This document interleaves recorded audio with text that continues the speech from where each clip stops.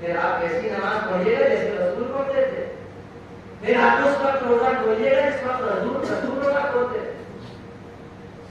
اور یہ جو روایات آئی ہیں یہ کس سے آئی ہیں؟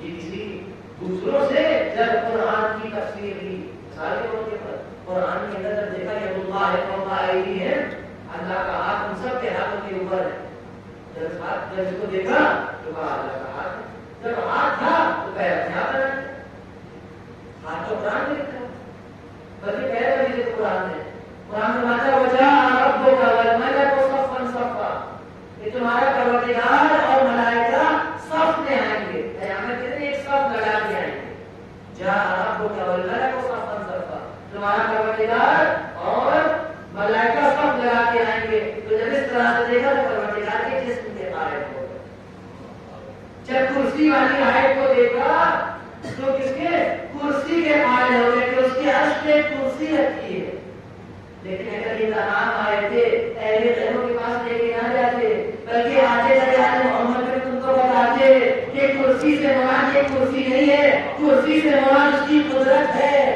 یعنی اس کی قدرت وسع کرسی ہے السماوات والارض، یعنی اس کی قدرت زمین و آسمان پہ ہے، اس کی حکومت زمین و آسمان پہ ہے۔ آپ تو کہتے نہیں کہتے ارے کاہے کی لڑائی ہے؟ کرسی کی لڑائی ہے، فلاں پد کی لڑائی ہے، یعنی کیا ہے اس کرسی کی لڑائی ہے، کرسی کے لیے ہے تو کیا اس کرسی کے لیے کرسی نہیں بلکہ حکومت کی لڑائی ہے۔ اس کا مطلب کیا؟ زمین و آسمان میں پروردگار کی حکومت ہے، اس کی حکومت ہے، یہ اہل بیت نے بتایا۔ جب جاء ربک والملک صفا صفا کہ تمہارا پروردگار لائن میں آئے گا تو اہل بیت نے کیا فرمایا کہ پروردگار جس نہیں رکھتا تو ملائکہ کے ساتھ لائن میں آئے، نہیں آئے گا بلکہ ملائکہ اس کا امر لے کے آئیں گے، وہ حکم کرے گا اور یہ اس کے حکم کو لے کے آئیں گے۔ نہیں آئے گا وہ جس نہیں رکھتا، وہ جس نہیں رکھتا۔ جب اس آیت کو دیکھا ید اللہ فوق ایدیہم کہ پروردگار کا ہاتھ ان سب کے ہاتھوں کے اوپر ہے تو انہوں نے پروردگار کا ہاتھ مان لیا کہ پروردگار ہاتھ رکھتا ہے، لیکن جب جلال محمد نے پہنچے تو کیا پتہ چلا؟ بتایا کہ یہ لوگ اپنے آپ کو قدرت مند سمجھتے ہیں، یہ لوگ اپنے آپ کو صاحب اقتدار سمجھتے ہیں، ان سے کہہ دو ید اللہ فوق ایدیہم، اللہ کی قدرت ان سب کی قدرت کے اوپر ہے۔ قدرت سے مراد جگ سے مراد ہاتھ سے مراد اس کی قدرت ہے، اس کی قدرت ہے۔ لہذا جب تک اس امامت کے اوپر آ کے متفق نہیں ہوتے تب تک اختلاف ایسے ہی جاری و ساری رہے، ایسے ہی جاری و ساری رہے۔ اور اس امامت کے مسئلے کو حل کرنے کے لیے قرآن کریم میں لامحال آیات جیسے کیا آپ دیکھیے کسی کو نام بنایا ہے کہ نہیں بنایا؟ جس کو نام بنایا جناب ابراہیم کا نام کیا کہا؟ جناب ابراہیم سے کیا کہا؟ انی جاعلک للناس اماما، میں تمہیں لوگوں کے لیے امام بنا رہا ہوں، میں بنا رہا ہوں تمہیں لوگوں کا امام۔ لوگوں سے نہیں کہا کہ دیکھو یہ ابراہیم تمہارے درمیان آ گئے ہیں، ایک صحیفہ بناؤ اور انہیں کو چن لو، یہ نہیں کہا، بلکہ کیا کہا کہ انی جاعلک للناس اماما، میں تمہیں لوگوں کے لیے امام بنا رہا ہوں۔ یہ جناب ابراہیم کی نامت ہے، یا جناب آدم جن کی پہلی خلافت تھی، پہلی خلافت جناب آدم کی ہے، پہلا وصی اللہ کا پہلا نبی جب آ رہا ہے تو کیا کہا کہ انی جاعل فی الارض خلیفہ،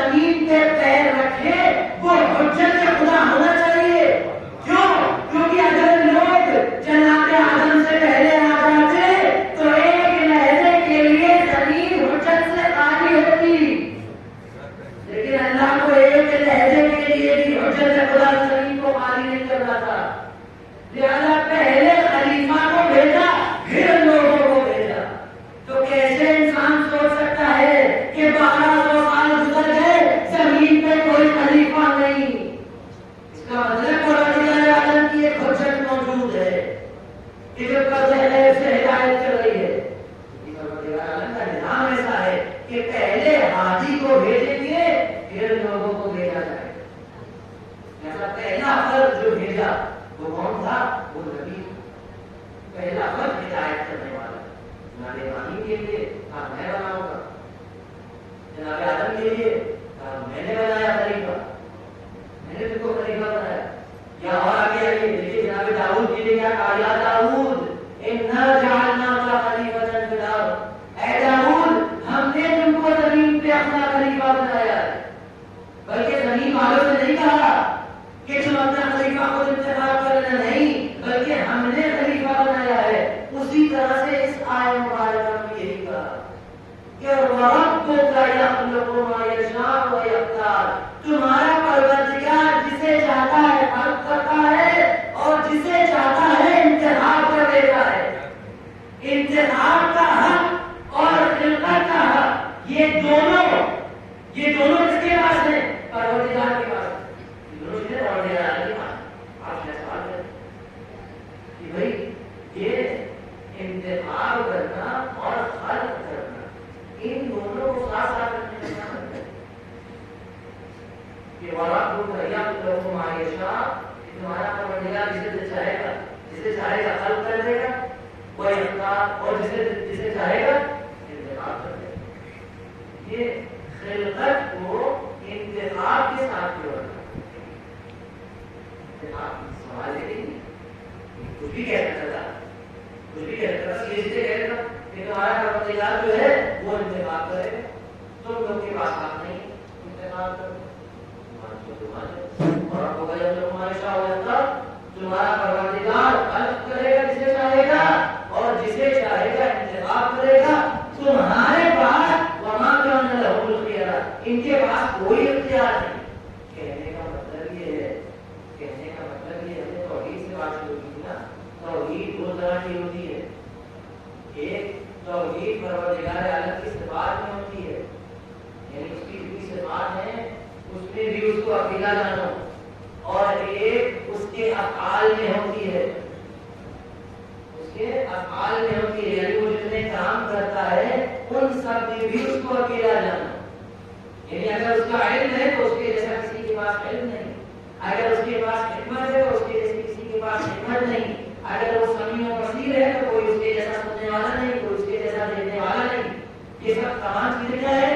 یہ صفات ہیں. لہذا توحید انسان کو کہاں رکھنا ہے؟ صفات میں بھی. اسی طرح سے توحید کہاں ہونی چاہیے؟ اس کے افعال میں بھی توحید ہونی چاہیے. یعنی کیا؟ یعنی خلق صرف وہ کرے، روزی صرف وہ دے، موت صرف وہ دے، حیات صرف وہ دے. یہ سب توحید کی شرط ہے، یہ سب توحید کی برانچز ہے، توحید کی غلط نہیں ہے.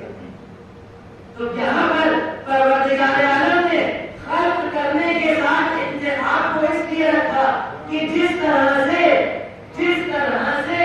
خلق کرنا میری ذمہ داری ہے، جس طرح سے صرف میں خلق کرتا ہوں، کسی کے پاس یہ قدرت نہیں کہ وہ خلق کرے، اسی طرح سے اگر حجت کا انتخاب کرنا ہے تو میں کروں گا. اگر انتخاب بھی ہوگا تو میرا ہوگا. جس طرح سے خلقت صرف میری ہے اسی طرح سے انتخاب صرف میرا ہوگا. جس دن امت اس بات کے اوپر قدرت رکھے، جس دن امت کسی کو خلق کرے اس دن انتخاب بھی کرے. اگر خلق کر سکو تو انتخاب کرو. خلق کرنا ہماری ذمہ داری ہے تو انتخاب کرنا بھی ہماری ذمہ داری.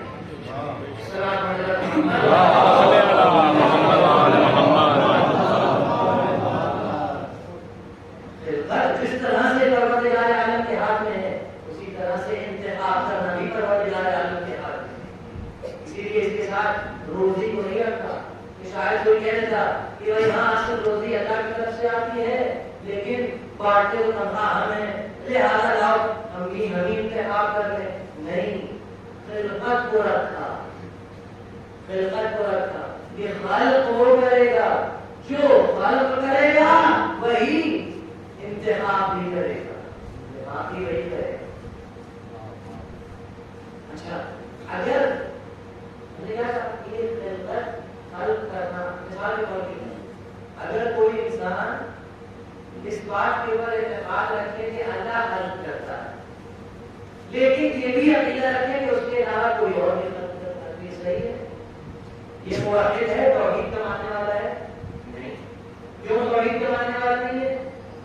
کیونکہ اس نے اللہ کی صفات میں، اللہ کے افعال میں کسی اور کو شریک کر دیا، لہذا یہ توحید کا ماننے والا نہیں بلکہ یہ کیا ہے؟ مشرک ہے۔ اگر کوئی انسان کہے کہ پروردگار جس طرح سے خلق کرتا ہے ہم اس آپ کو جانتے ہیں وہ بھی ایسے ہی خلق کر سکتے ہیں، تو یہ مشرک ہوگا کہ نہیں ہوگا؟ مشرک ہوگا کہ نہیں ہوگا؟ پروردگار عالم نے خلقت کے ساتھ ساتھ انتخاب کو رکھا کہ دیکھو تم یہ نہ سمجھنا کہ خالی میرا انکار کرو گے، مجھے نہیں مانو گے تو مشرک ہوگے۔ جس طرح سے تم خلقت کا انکار کر کے مشرک ہو جاتے ہو، اسی طرح سے اگر ہمارے انتخاب کا انکار کرو گے تو بھی مشرک ہو جاؤ گے۔ لہٰذا کیا فرمایا کہ میں خلق کروں گا، میں انتخاب کروں گا، اور اللہ بہت بلند ہے اس سے کہ جو مشرک ہو جائے، یعنی اگر خلقت میں کوئی اللہ کا شریک ہو تو مشرک، اسی طرح سے اگر انتخاب کرنے کی بھی کوئی کوشش کرے تو مشرک۔ یہ اللہ کی ذات میں شرک ہے، یہ شرک اللہ کی ذات جو انتخاب کیا گیا وہ بھی بہت زیادہ اچھا کیا گیا۔ بھائی انتخاب کرنا چاہیے، ٹھیک ہے، اگر انتخاب کرنا لوگوں کے ہاتھ میں ہوگا تو کیا ہوگا؟ لوگوں کو دے دیا کیا انتخاب کیا؟ اللہ کو طریقہ بتا کہ بھائی یہ طریقہ ہے انتخاب کرنے کا، تو لوگ دیکھنا اور اسی حساب سے انتخاب کرنا خود ہی۔ تو کیا ہوگا؟ بھائی کوئی ایک طریقہ بیان کیا ان کے یہاں جو پہلے خلیفہ کا جب انتخاب ہوا تو وہ کیسے ہوا؟ اجماع کے ذریعے۔ اجماع یعنی کیا؟ اجماع یعنی پوری امت آ کے کسی ایک مسئلے کے اوپر متفق ہو جائے۔ جیسے آج کو پوری امت متفق ہے اس بات کے اوپر کہ مغرب کی نماز 3 رکعت، متفق ہے کہ نہیں ہے؟ کس کو کہتے ہیں کہ یہ مسئلہ اجماعی ہے، اس کا اس بات کو مانتے ہیں۔ اسی طرح سے وہ کیا کہتے ہیں؟ کہتے ہیں ہمارے پہلا خلیفہ جب انتخاب ہوا تو وہ اجماع کے ذریعے سے انتخاب ہوا، یعنی کیا؟ یعنی پوری امت ان کی خلافت کے اوپر متفق تھی، لیکن اگر اتفاق کرنے والوں کو دیکھیں تو اس میں صرف 6 لوگ نظر آتے ہیں۔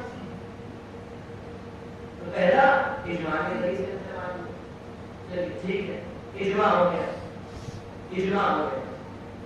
اب جب پہلی خلافت ختم ہوئی اور دوسری خلافت جب آنے لگا تو کیا ہوا؟ دوسرا خلیفہ کیسے انتخاب ہوا؟ مسلمانوں نے دوسرا خلیفہ کیسے انتخاب کیا؟ مسلمانوں نے یہ کیا کہ جب پہلے خلیفہ جانے لگے تو انہوں نے کہا تھا کہ میرے بعد فلاں صاحب خلیفہ ہوں گے۔ انہوں نے کہا کہ میرے بعد فلاں صاحب خلیفہ ہوں گے، لہٰذا ہم فلاں صاحب کو ان کے انتقال کے بعد خلافت دیں گے۔ تو دوسرا خلیفہ پہلے خلیفہ کے کہنے سے انتخاب ہوا۔ دیکھیے مرحلہ مرحلہ چل رہے ہیں، اسٹیپ بائی اسٹیپ آگے بڑھ رہے ہیں۔ پہلے خلیفہ کا انتخاب کیسے ہوا؟ ان کے نزدیک اجماع تھا ہی نہیں، اجماع تھا ہی نہیں، اجماع یعنی پوری امت متفق ہو، 6 لوگوں کے اتفاق کو اجماع نہیں کہتے۔ تو انہوں نے کیا کہا کہ پہلا خلیفہ کا انتخاب کیسے ہوا؟ اجماع کے ذریعے سے، اور جو دوسرا خلیفہ وہ پہلے خلیفہ کے کہنے سے دوسرے خلیفہ کا انتخاب ہوا۔ اس کو کہتے ہیں نص، نص کے ذریعے سے۔ تو پہلے خلیفہ انتخاب ہوئے اجماع کے ذریعے سے، دوسرے خلیفہ انتخاب ہوئے نص کے ذریعے سے، اور جب دوسرے خلیفہ دنیا سے گئے، اور جہاں گئے نہیں پتا، دنیا سے جب وہ گئے تو کیا ہوا؟ تیسرے خلیفہ کی باری آئی تو ان کے لیے ایک کمیٹی گئی، اس میں جب افراد تھے، اس کمیٹی نے تیسرے خلیفہ کو انتخاب کیا، اس کمیٹی نے تیسرے خلیفہ کو انتخاب کیا، اس کو کہتے ہیں شورا۔ سنا ہوگا کہ دوسرے خلیفہ کے بعد ایک شورا بنا کچھ لوگوں کا، اور اس شورا نے انتخاب کیا تیسرے خلیفہ۔ اب یہ مسلمانوں کی خلافت ہے، مسلمانوں نے کیا کہا کہ یہ انتخاب پروردگار کے ہاتھ میں ہے. دیکھیے جب لوگوں کے ہاتھ میں آئے تو کیا ہو گیا کہ جب پہلا انتخاب ہوا تو اجماع، جب دوسرا انتخاب ہوا تو نص، جب تیسرا انتخاب ہوا تو شورا. بھائی اب مسلمانوں سے پوچھیے کہ اللہ کا بتایا ہوا طریقہ کیا ہے؟ اگر اجماع صحیح ہے تو دوسری اور تیسری خلافت غلط، اگر اجماع صحیح ہے تو دوسری اور تیسری خلافت غلط، اور اگر نص صحیح ہے تو پہلی اور تیسری غلط، اور اگر شورا صحیح ہے تو پہلی اور دوسری غلط. یہ مسلمانوں کے انتخاب کا طریقہ ہے. یہ مسلمانوں کے انتخاب کا طریقہ ہے کہ اگر ایک خلافت کو مانے تو دو کو چھوڑے، اگر اجماع والی کو مانیں گے تو نص اور شورا والی کو چھوڑنا پڑے گا، اگر نص والی کو مانیں گے تو اجماع اور شورا والی کو چھوڑنا پڑے گا، اور اگر شورا والی کو مانیں گے تو کیا چھوڑنا پڑے گا؟ تو اجماع اور نص کو چھوڑنا پڑے گا. پتہ نہیں چلا کہ یہ خود کا بنایا ہوا طریقہ ہے، یہ خود کا بنایا ہوا ہے. اگر اللہ کا بنایا ہوا ہوتا تو وہ خود بنا کے بھیجتا. اللہ کا طریقہ یہ ہے، وہ یہ نہیں کہتا کہ جو ہے ان کا انتخاب کر لو، ان کی بیعت کر لو. یہ نہیں کہتا کہ بناؤ پھر بیعت کرو، یہ نہیں کہتا، بلکہ یہ کہتا ہے کہ ہم نے بنا کے بھیج دیا ہے، تم بیعت کر لو. ہم نے بھیجے ہوئے کی بیعت کرواتا ہے. یہ نہیں کہ تم خود ہی کسی کو چن لو اور اس کے بعد اس کی بیعت کر لو. لہذا جو خلافت کا مسئلہ ہے صاف طور سے پروردگار عالم نے اس کے اوپر روشنی ڈالی. دیکھیے ہم نے ابھی تک آپ کی خدمت میں 4 آیات پیش کی ہیں، ایک جناب ابراہیم کی، ایک جناب آدم کی، ایک یہ والی آیت، ایک جناب داؤد کی، اور ایک سورہ انبیاء کی 73ویں آیت جو پیش کرنے جا رہے ہیں. فرماتا ہے وَجَعَلْنَاهُمْ أَئِمَّةً، ائمہ امام کی جماعت، یعنی ائمہ جماعت، یعنی امام جو بہت سارے امام جماعت، یا ائمہ اطہار علیہ السلام، ان تمام ائمہ کو 12 کو ایک ساتھ ائمہ جماعت، ایک امام اور 12 ائمہ. کیا فرمایا سورہ انبیاء کی 73 آیت سے وَجَعَلْنَاهُمْ أَئِمَّةً، ہم نے ان کو امام بنایا ہے، ہم نے ان کو امام بنایا ہے. پروردگار عالم نے ان کو امام بنایا ہے. یہ کیا کرتے ہیں؟ یہ ہدونا بامرنا، یہ ہمارے امر سے ہدایت کرتے ہیں، ہمارے امر سے ہدایت کرتے ہیں. یعنی ہدایت جو ہے وہ ہمارے امر سے ہوگی، ان کے ذریعے سے ہوگی، ان کے ذریعے سے ہوگی. تو اب پتہ یہ چلا کہ امام وہ ہوتا ہے کہ جو امر پروردگار سے ہدایت کو لیتا ہے اور بندوں کو دے دیتا ہے. یعنی امام کوئی ایسا ہونا چاہیے کہ جس کا ڈائریکٹ کنیکشن زمین سے آسمان تک ہونا چاہیے. امام کوئی ایسا ہو تبھی وہ فرش کے اوپر کھڑے ہو کے عرش کی ہدایت کو لے گا اور فرشی بندوں کو ہدایت دے گا. امام اس طرح کا ہونا چاہیے. تو اب ڈھونڈیے اگر کوئی ایسا کہتے ملے، امام وہی ہوگا جو یہ کہتا ملے کہ میں عرش کے راستوں کو فرش سے زیادہ اچھی طرح جانتا ہوں. امام وہ ہوگا، اگر کوئی امام ہوگا تو وہ ہوگا. امامت میں کوئی حقدار تو وہ ہے، وہ عرش کے راستے جانتا ہے، وہاں سے ہدایت دے کے ہم تک دے دیتا ہے. وَجَعَلْنَاهُمْ أَئِمَّةً، سورہ انبیاء کہتا ہے وَجَعَلْنَاهُمْ أَئِمَّةً، ہم نے کوئی امام بنایا ہے. وہ کیا کرتے ہیں؟ یہ ہدونا بامرنا، ہمارے ہم سے ہدایت کرتے ہیں. اچھا، اور وَأَوْحَيْنَا إِلَيْهِمْ فِعْلَ الْخَيْرَاتِ، اور ہم نے ان کے اوپر خیرات کی، نیکیوں کی وحی کی. ہم نے ان کے اوپر نیکیوں کی وحی کی. یعنی جو امام ہے وہ کیا، اس کے اوپر وحی ہوتی ہے، امام کے اوپر وحی ہوتی ہے. بہت سے لوگ کہتے ہیں، یہ خود ہمارے درمیان بھی افراد بعض موجود ہیں، وہ کیا کہتے ہیں؟ وہ کہتے ہیں کہ امام کے اوپر وحی نہیں ہوتی قرآن کیا کروا رہا ہے؟ وَأَوْحَيْنَا إِلَيْهِمْ فِعْلَ الْخَيْرَاتِ، کہ ہم نے ان کو امام بنایا، ہمارے ہم سے ہدایت کرتے ہیں اور ان کے اوپر خیرات کی وحی کی ہے، ان کے اوپر یہ وحی کی ہے کہ آپ نیکیاں انجام دیتے رہیے گا۔ یہ امام وہ ہیں جو اب خالی رسول ایسا نہیں ہے کہ جس کے اوپر وحی ہوتی ہے، بلکہ امام کے اوپر بھی وحی ہوتی ہے، امام کے اوپر بھی وحی ہوتی ہے۔ بھائی مسلمانوں کو دیکھنا چاہیے خود قرآن میں کیا فرماتا ہے؟ وَأَوْحَيْنَا إِلَىٰ أُمِّ مُوسَىٰ، ہم نے موسیٰ کی ماں کے اوپر وحی کی۔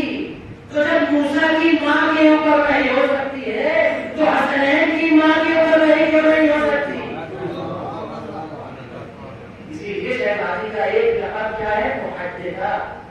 محدثہ کو ہے کہ جو جبرائیل امین سے اور جو فرشتگان الہی سے ارتباط میں رہتی ہے، ابھی ہے محدثہ۔ تو امام جو محدث شہزادی عالم کے اوپر بھی رہی ہوتی ہے۔ تو یہ کیا کرتے ہیں؟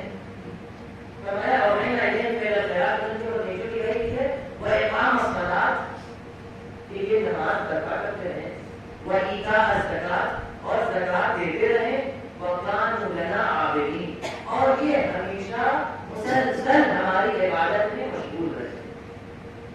ان کے اوپر خیرات کی وحی کی ہے، یہ نماز قائم کریں گے، یہ زکات دیں گے، اور کانوا لنا عابدین، یہ مسلسل کانوا لنا عابدین یعنی مسلسل ہماری عبادت میں مشغول رہے، مسلسل ہماری عبادت میں مشغول رہے۔ یہ امام کی صفت ہے، وہ امام کہ جو پروردگار عالم کی جانب سے انتخاب کیا ہوا ہے، جو پروردگار عالم کی طرف سے انتخاب کیا ہوا ہوگا وہ مسلسل عبادت میں مشغول ہوگا۔ تو اب وہ انسان کہ جو اس طرح کا ہوگا اس کی عصمت میں کوئی شک نہیں کر سکتا، کہ وہ ایک لہجے کے لیے کبھی خطا نہیں کرے گا۔ اور جہاں بھی ہم جا کے دیکھیں گے کہ بت پرستی ہے، شراب خواری ہے، تو اگر کوئی بتوں کی پوجا اس نے کی ہو، گرچہ پہلے ہی کیوں نہ کی ہو، اگر کوئی شراب پیتا ہو، گرچہ تخت خلافت میں بیٹھ کے ہی کیوں نہ پیتا ہو، یہ کبھی امام نہیں بن سکتا، یہ کبھی پروردگار عالم کی جانب سے امام نہیں بن سکتا۔ کیوں؟ کیونکہ کانوا لنا عابدین نہیں ہے۔ امام وہ ہے کہ جو مسلسل ہماری عبادت میں مشغول ہوتا ہے۔ اور اس کے بعد وحی کیا کی ہے کہ یہ نماز قائم کرتے ہیں اور زکات دیتے ہیں، نماز قائم کرتے ہیں اور زکات دیتے ہیں۔ یہ کیا چیز ہے؟ ٹھیک ہے، آگے سورہ مائدہ پروردگار عالم کیا کروا رہا ہے کہ انما ولیکم اللہ، تمہارا ولی صرف اللہ ہے، ورسولہ، اور اس کا رسول، والذین آمنوا، اور وہ لوگ کہ جو ایمان لائے، جو نماز قائم کرتے ہیں اور رکوع کی حالت میں زکات دیتے ہیں۔ ایمان کی صفت یہ ہے کہ وہ نماز قائم کرتا ہے اور زکات دیتا رہتا ہے۔ اب جس کو عبادت کی حالت میں نماز قائم کرتے دیکھنا اور اسی نماز میں زکات دیتے دیکھنا، ایمانوں کے شک نہ کرو۔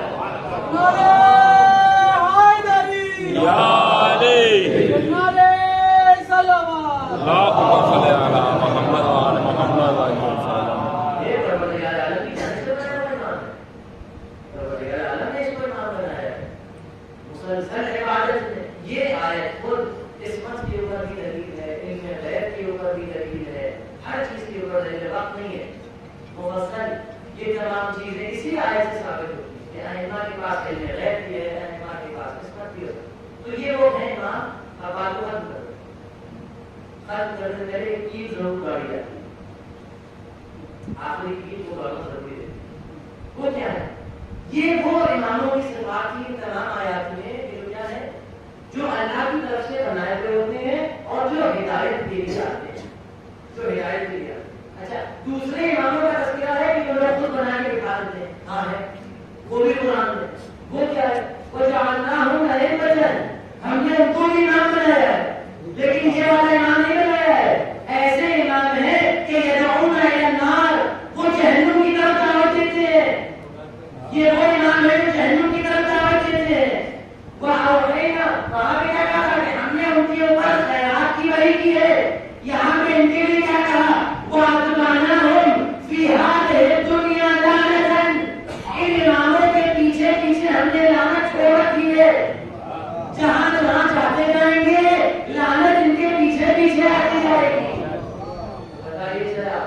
کہ وہ لوگ کہ جو جہنم کی طرف دعوت دیتے ہیں ان کو بھی پروردگار نے امام بنا دیا، لیکن کہے گا نا بھائی دروازہ چاہے جنت کا ہو چاہے جہنم کا، بنائے گا تو پروردگار، بنائے گا تو وہی۔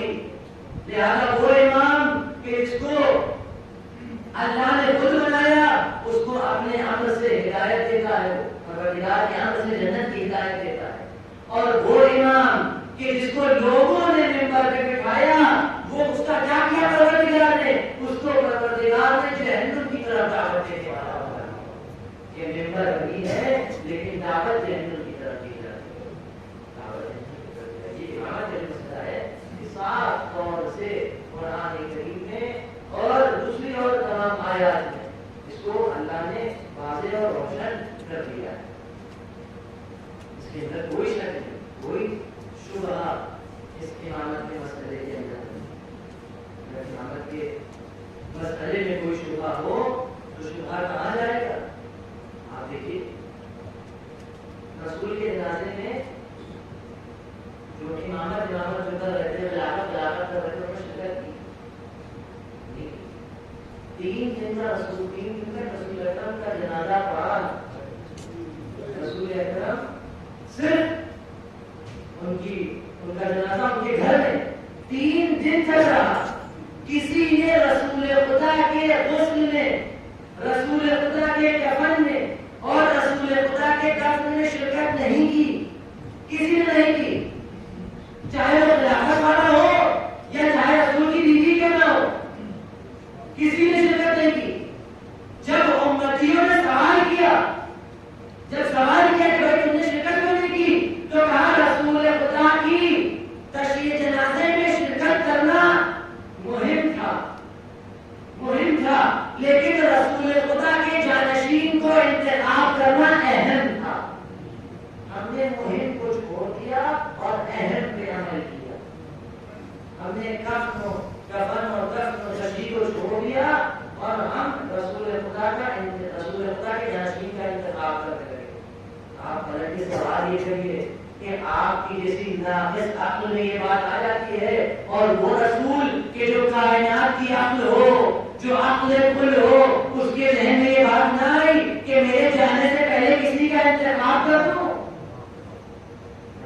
عالم کا انتظام یہ تھا کہ جانے سے پہلے انتخاب کروایا، اور اس کا اقرار خود ان لوگوں نے کیا کہ جب شرکت نہیں کر پائے تو کیا کہا کہ ہم بہت ضروری کام کر رہے تھے، یہ ضروری تھا، وہ بہت ضروری تھا، وہ بہت ضروری کہ آپ پریشان نہ ہوئے، اس کی ذمہ داری خدا نے رکھی۔ یہ امامت صرف تخت پہ بیٹھنے سے نہیں آتی، اگر ہر تخت پہ بیٹھنے والا امام ہو تو یزید سے بڑی امامت کسی کی نہ ہو، تو معاویہ سے بڑی امامت کسی کی نہ ہو۔ ایسی امامت کہ جو جب تک پہ بیٹھا تو 70,000 ممبروں سے زیادہ ایسے ممبر تھے کہ جو معاویہ کے پیسے دیے ہوئے تھے اور اس کے اوپر سے امام وقت کے اوپر لعنت حکومتیں ان لوگوں کی ہوتی۔ یہ امامت کا منصب الہی منصب ہے۔ اس وقت آپ کا امام کون ہے؟ اس وقت حکومت کس کی ہے؟ ممبر پہ جو بیٹھے اس کی حکومت نہیں ہوتی، بلکہ اس وقت حکومت انہیں کی ہے، حکومت انہیں کی ہے، ولایت انہیں کی ہے۔ گرچہ کوئی کتنا بڑا طاقت ہے، اگر یزید کی جو حکومت تھی، گرچہ اس نے بظاہر امام وقت کو شہید کر دیا، امام وقت کے خلاف قیام کیا، امام وقت کے اوپر زبردستی بیعت کا ڈھونگ رچا، لیکن یہ کرنے سے وہ امام نہ بن سکا۔ ہاں جہنم کا امام بن گیا، ایسا بنا کہ لفظ یزید جاری ہو، اور اس بادشاہ اعظم نے ایسے فروغ دیا اس مسئلے امامت کو کہ آج امامت کا جو مسئلہ ہے پوری دنیا میں سب کے لیے واضح ہو گیا، نہ مانے سب کے لیے۔ اور امامت یہ جو مسئلہ ہے صرف اگر نہیں سے پہلے امام کا یہ معیار سے پہلے نہیں پہلے، اگر نہیں سے یہ امامت پہلی ہے تو اسی فرش اعظم سے پہلے، اور کیوں نہ پہلے؟ امامت کو سونپا کس کو تھا؟ جب آخری وقت خیمے سے جا رہے تھے، جب بہن کے پاس آئے اور بہن کی آبا کو ہٹایا اور شانوں کے بوسے لیے. اب کس لیے ہم یہ نہیں بتائیں گے، کس طرح ہم سنتے آئے ہیں کہ جب بوسے لیے تو بہن نے کیا کرا؟ بہن نے کہا بھیا تم نے بابا کی وصیت کو پورا کر دیا، لیکن مجھے بھی ماں کی ایک وصیت پوری کرنی ہے. کہا کون سی وصیت؟ کہا ماں نے کہا تھا کہ اے زینب جب حسین وقت حاضر رخصت کے لیے آئے تو تم حسین کی گردن کے بوسے لے لینا. جب بوسے لیے تو ایک مرتبہ سید سجاد کا ہاتھ دیا، زینب کے ہاتھ میں رکھا اور امامت زینب کے حوالے کر دی. اور زینب ایسی نگہبان امامت تھی کہ کچھ نہ دیکھا، کچھ نہ دیکھا، سب کو اپنے اس امام کے اوپر سے فدا کر دیا. آپ دیکھیے شہزادی زینب کے جو مسائل ہیں یہ کم نہیں ہے. شہزادی زینب کے مسائل عجیب مسائل ہیں. یہ سفر کا مہینہ خاص طور سے بنا ہے جناب زینب کے مسائل. مستور تقریب امامت کی جو پہلے دار ہیں شہزادی زینب، انہوں نے کیا کیا؟ دو مائیں تھیں کربلا میں، دو مائیں تھیں کہ جو بہت اضطراب، کربلا کی ہر ماں مسترد، کربلا کی ہر ماں مسترد تھی. ایک جناب رباب، جناب رباب کے بعد اضطراب شب عاشور 9 محرم کو امام حسین کا جب خیمے سے گزر ہوا تو دیکھا خیمے سے رونے کی آواز آئی. تو دیکھا کس کا خیمہ ہے، اندر تشریف لے گئے تو دیکھا جناب رباب کا خیمہ. ہونا تھوڑا پہ کہا ہے بابا یہ میری زندگی میں رونا کیسا؟ کہا ماما اس بات کے رو رہی ہوں کہ تمام بیویاں اپنے بچوں کو آمادہ کر رہی ہیں. شہزادی زینب اپنے اور محمد کو آمادہ کر رہی ہے کہ دیکھو میں دریا کے اوپر سے جان کو قربان کر دے گا. لیلا علی اکبر کو اپنے زانوں پہ لٹائے آمادہ کر رہی ہے کہ دیکھو ایسا نہ ہو کہ قاسم اور محمد آگے ہو جائے اور تم پیچھے رہ جانا. علی اکبر کو تیار کر رہی ہے. فرما نے جناب قاسم کو تیار کر دیا کہ دیکھو تمہارے بابا موجود نہیں ہے، تمہیں اپنے بابا کی طرف سے قربانی پیش کرنا ہے. تو رباب یہ رونا کیسا؟ تارا پروردگار نے مجھے 2 بچے دیے، ایک 4 سال کی بچی ہے جو جنگ لے گئی اور ایک 6 مہینے کا بچہ ہے جو میدان میں نہیں جا سکتا. اے رباب آپ پریشان نہ ہوئیے، یہ آپ کا 6 مہینے کا بچہ اس کان سے اس کان جمع کر دیا جائے گا اور آپ کی 4 سال کی بچی کربلا سے کوفے، کوفے سے شام، شرک کے تماچے اور تازی آنے کا اجر کو معلوم. یہ ایک بیوی کہ جس کی عجیب کیفیت، اور دوسری کون سی بیوی ہے؟ دوسری شہزادی زینب کہ جنہوں نے بچوں کو تیار کر دیا. تو دیکھیے جب جناب ابو بکر کا لاشا آیا، جب جوانہ